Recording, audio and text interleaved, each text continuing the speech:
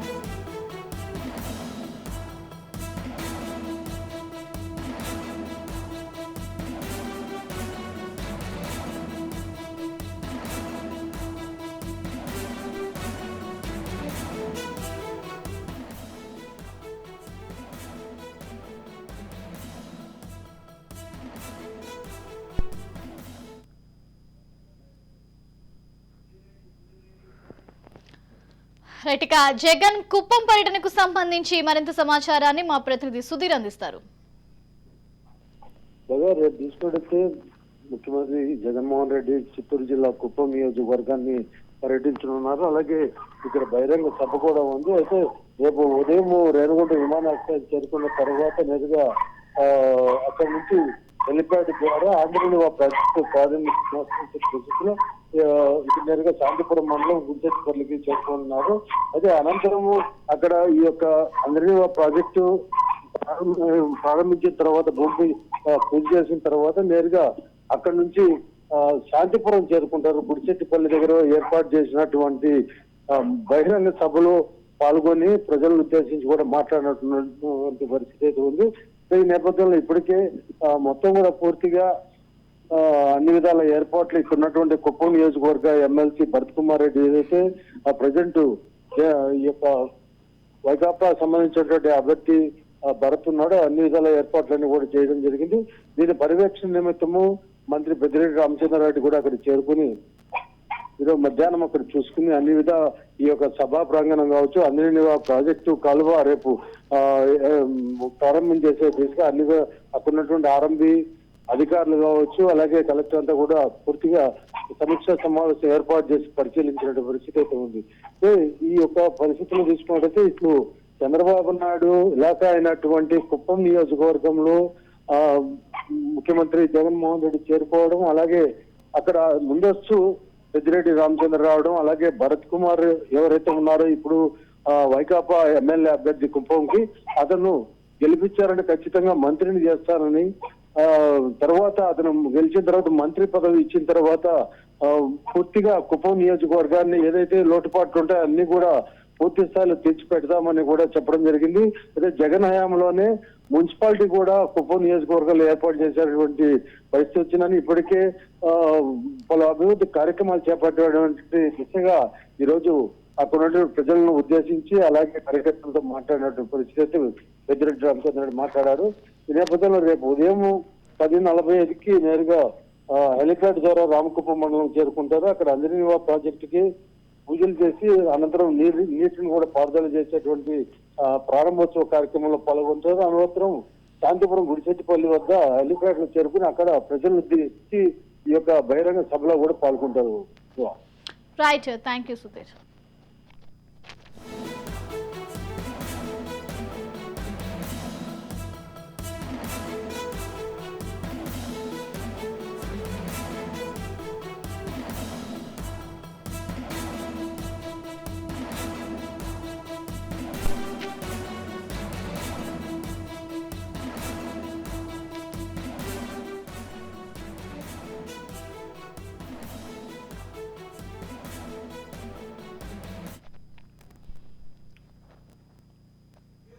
Right, ఇక రాజ్నాథ్ సింగ్ విశాఖ పర్యటనకు సంబంధించి పూర్తి సమాచారాన్ని మా ప్రతినిధి శ్రీరామ్ అందిస్తారు.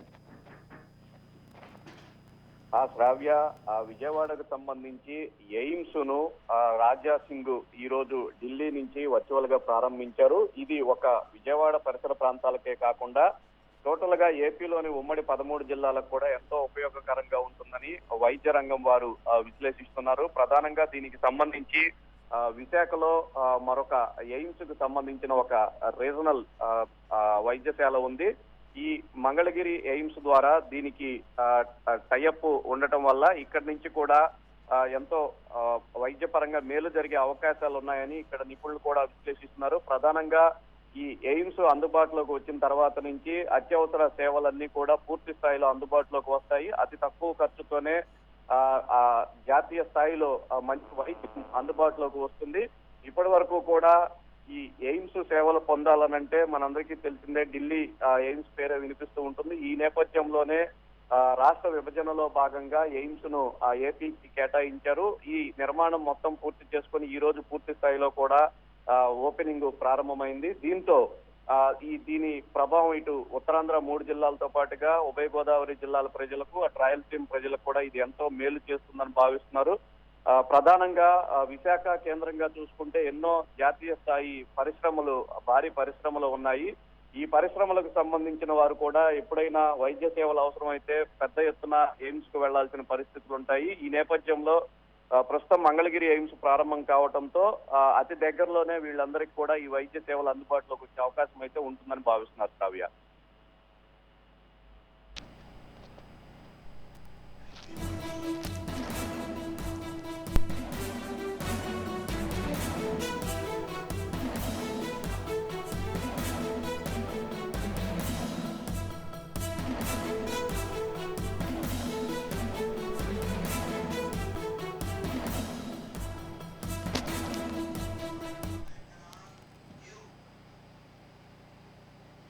ఇక ఖర్గే పర్యటనకు సంబంధించి పూర్తి సమాచారాన్ని మా ప్రతినిధి సాయి ప్రసాద్ అందిస్తారు. ఆంధ్ర రాష్ట్ర పునర్నిర్మాణ పోరాట సభ పేరుతో కాంగ్రెస్ పార్టీ ఏర్పాటు చేస్తున్న బహిరంగ సభకు అన్ని ఏర్పాట్లు పూర్తి చేశారు.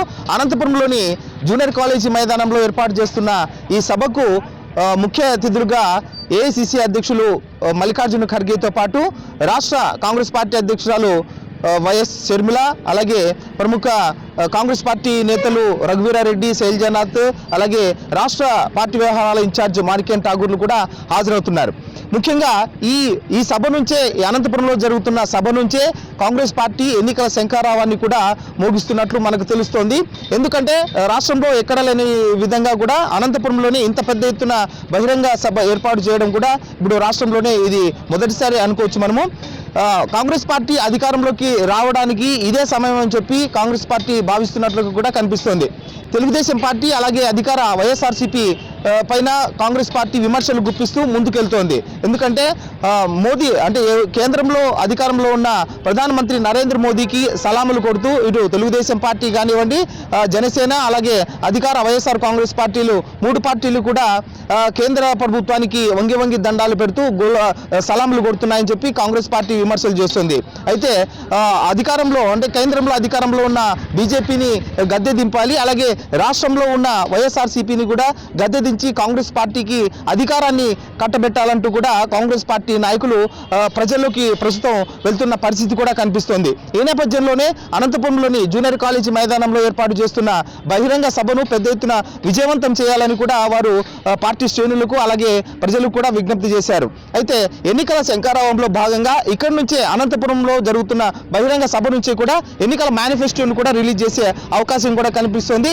ఏదైతే ముఖ్యంగా మహిళలకు ఆర్టీసీ బస్సుల్లో ఉచిత ప్రయాణం, అలాగే గ్యాస్ సిలిండర్లు 500 రూపాయలకే ఇస్తామంటూ కాంగ్రెస్ పార్టీ ఏదైతే హామీలు ఇచ్చిందో, తెలంగాణలో ఏ విధంగా హామీలు ఇచ్చి అధికారం చేపట్టిందో అక్కడ హిట్ అయింది కాబట్టి ఇక్కడ కూడా ఆంధ్రప్రదేశ్లో కూడా అవే హామీలు గుప్పించి ఇక్కడ ఈ బహిరంగ సభలో వచ్చే ఎన్నికలకు కాంగ్రెస్ పార్టీ ఎన్నికల శంఖారావాన్ని కూడా పూరిస్తున్నట్లు కూడా మనకు కనిపిస్తోంది. ఈ నేపథ్యంలోనే అనంతపురం నగరంలో ఉన్న జూనియర్ కాలేజీ మైదానంలో అన్ని ఏర్పాట్లు పూర్తయ్యాయి. కాంగ్రెస్ పార్టీ ముఖ్య ప్రముఖులందరూ కూడా, కేంద్ర స్థాయిలోని ప్రముఖులు కూడా ఈ బహిరంగ సభకు హాజరయ్యే అవకాశం కనిపిస్తోంది. కెమెరామెన్ నాగరాజ్తో సాయి ప్రసాద్, రాజ్ న్యూస్, అనంతపురం.